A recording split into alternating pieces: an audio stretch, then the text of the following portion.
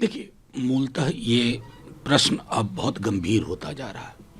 एक तरफ वंदे भारत ट्रेन की फेहरिस्त हम देख रहे हैं, दूसरी तरफ ट्रेन के सेफ्टी सिक्योरिटी को लेकर के, सेफ्टी इश्यूज को लेकर के, कवच को लेकर के पिछले बजट का प्रोविजन देखिए और इस बजट में उसकी चर्चा देखिए। अगर आपने कोई सिस्टम इवॉल्व करने की सोची तो अब तक उस पर कितने कदम चले। लोगों के जान माल के साथ खिलवाड़ किसी की भी सरकार हो, ये उचित नहीं है। आपकी प्राथमिकताएं क्या है?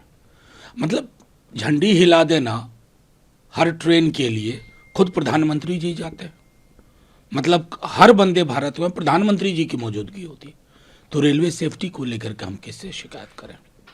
रेल मिनिस्टर से नहीं करेंगे, आपसे पूछेंगे कि हासिलात क्या हुए, और आलोचना के लिए नहीं, सार्थक एक पहल के लिए शुरुआत करिए। दूसरा सवाल सर ये है कि एनसीपीसीआर जो आयोग है उसने 9 साल के मुद्दे को अध्ययन करके एक रिपोर्ट जारी किया है और कहा है कि 1,25,00,000 बच्चे बुनियादी शिक्षा के अधिकार से वंचित रहा। एक पक्ष है। दूसरा वो कहते हैं बच्चे कौन है जो मदरसे में पढ़ते हैं, मैं तो पहले से कह रहा हूँ मदरसे बंद करो, ये वही मदरसे हैं जो आज़ादी के बाद से भारत में इस्लामिक प्रचार करना चाहते हैं। नहीं, मेरा मानना है कि एक महती समस्या में भी कम्युनल एंगल ढूंढ लेना इनकी विशेषता है। मतलब आप जाके देखिए कि कितने स्कूल्स बंद हो रहे हैं। आप प्रथम की रिपोर्ट पढ़ लीजिए, छोड़ दीजिए, राज्यवार विश्लेषण कर लीजिए, बुनियादी शिक्षा में हमने क्या अब तक अचीव किया है, ये प्रश्न हमारे लिए महत्वपूर्ण होना चाहिए। उसमें भी एक संकीर्ण सांप्रदायिक दृष्टिकोण से सोचना ये दर्शाता है कि ना आप ऊपर ही नहीं उठ पा रहे हैं साहब, गर्त में जा रहे हैं आप, और देश को गर्त में ले जाना चाहते हैं। मॉडर्नाइजेशन को लेकर के कई मदरसों में शुरुआत हुई है, help them there, don't demonize. ये दानवीकरण करना बंद करिए। दूसरा सर, आप सभी लोग कहते हैं कि विविधता जो है वो भारत की ताकत है, लेकिन मोहन भागवत जी ने कहा विविधता को विभाजन में बदलना ठीक नहीं है। उन्होंने कहा बांग्लादेश में हिंदू सड़क पे उतरे, एकजुट हुए तो उनकी सुरक्षा हुई, सरकार उनकी सुरक्षा सुनिश्चित करे, हिंदुओं को एक होना होगा, किसी भी वर्ग समुदाय समूह को उत्तेजित होकर किसी पर हिंसा नहीं करनी चाहिए। नहीं, ये सारी बातें सुनने में बहुत अच्छी लगती हैं, उनको बहुत बहुत बधाई, लेकिन उनको ये भी तो तय करना होगा ना कि आप जो सांस्कृतिक संगठन के मुखिया हैं, उस सांस्कृतिक संगठन से जिसका अन्योन्याश्रय संबंध है भारतीय जनता पार्टी नाम की संस्था का, उसके मिनिस्टर्स कौन सी जुबान बोलते हैं? वो विभाजक नहीं है? उस पर आपकी टिप्पणी क्यों नहीं आती है? और हिंदू एकजुट हो, पूरा देश एकजुट हो। कभी सीवर में उतर के मरने वाले के बारे में तो मैंने मोहन भागवत जी को बोलते नहीं सुना है कि क्यों एक ही जाति के लोग सीवर में उतर के उनकी मौत हो रही है। ये चिंता नहीं होनी चाहिए। गाहे बगाहे आरक्षण को लेकर के टिप्पणियां इनकी ओर से भी आ जाती हैं। क्या ये उचित है? क्या ये उचित नहीं है कि आय की असमानता के बारे में, जिससे हिंदू, मुस्लिम, सिख, ईसाई हर समाज पीड़ित है, उसके बारे में नहीं बोलना चाहिए? आप बहुत क्रूशियल और गंभीर विषयों पे बोल रहे हैं। कभी कभी तो मुझको लगता है कि क्या विदेश मंत्रालय आपको आउटसोर्स कर दिया गया है क्या, मोहन भागवत जी? कब आप ही देखिए, दक्षिण एशिया में, मेरी बात नोट कर लें सब, ये याद आएगी, स्मरण रखना होगा, दक्षिण एशिया का भूभाग हम एक थे। सारे देशों में वहां की अकलियत, वहां की माइनॉरिटी के लिए एक नजरिया अपनाना होगा, प्रोटेक्शन और सेफ गार्ड इंश्योर करना।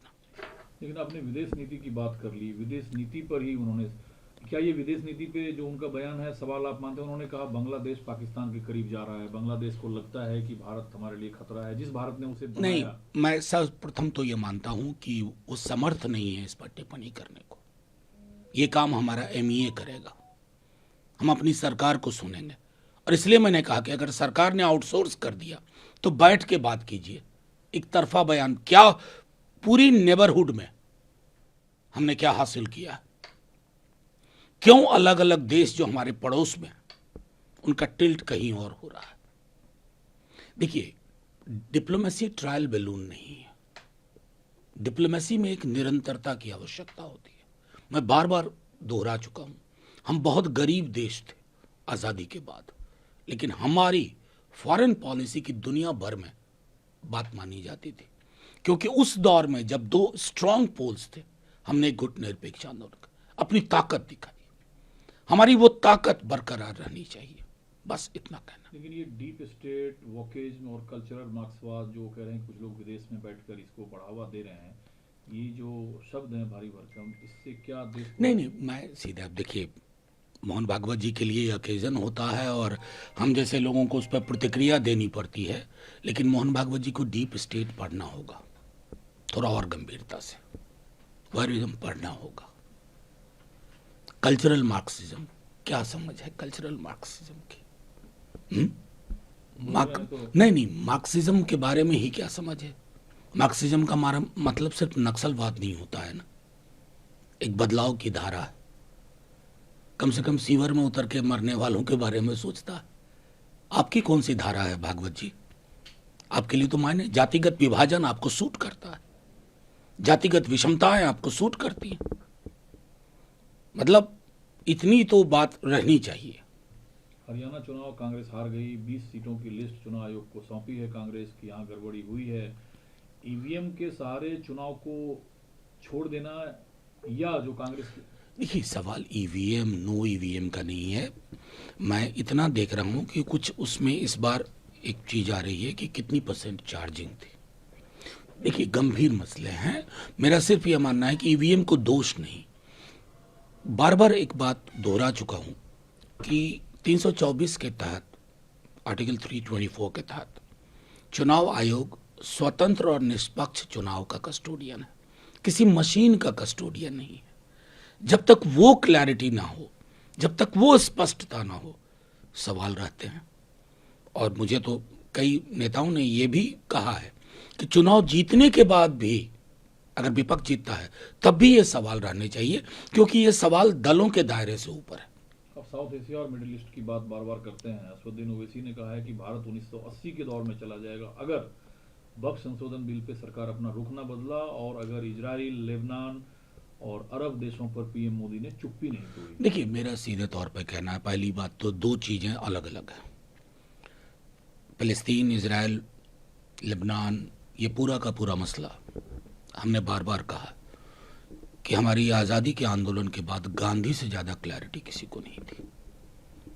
अभी भी सरकार के लोग गांधी को पढ़ें, और शायद थोड़ा पढ़ा होगा इसलिए ह्यूमैनिटेरियन एड गया था, लेकिन उससे ज़्यादा आपको चिंता करनी होगी 2 स्टेट सॉल्यूशन, जिसके लिए हम वन ऑफ द सिग्नेटरीज थे। हमको उस पक्ष में खड़ा रहना होगा। रही बात वक्फ की, हमारी पार्टी ने एक डिटेल्ड राष्ट्रीय जनता दल ने सबमिट किया है चेयरमैन साहब के पास कि हम क्या क्या तब्दीलियां इसमें चाहते हैं, और हमारा मानना है कि इस तरह की चीज़ों को स्केयर क्रू की तरह इस्तेमाल ना किया जाए। दोनों चीज़ें अलग हैं, लेकिन मैं समझता हूं कि ओवैसी साहब अक्सर चीज़ों को इस तरह परोस देते हैं ना कि उसमें हम जैसे लोगों को, हम जैसे दलों को एक गुंजाइश नहीं बचने की कोशिश रहती है, अवेलेबल नहीं होता है। हम चाहेंगे कि फिलिस्तीन के मामले में मेरे देश का रुख वही हो जो गांधी कहते थे। हम चाहेंगे कि वक्फ जैसे इस पर कि सरकार डॉग विसिल पॉलिटिक्स ना करे।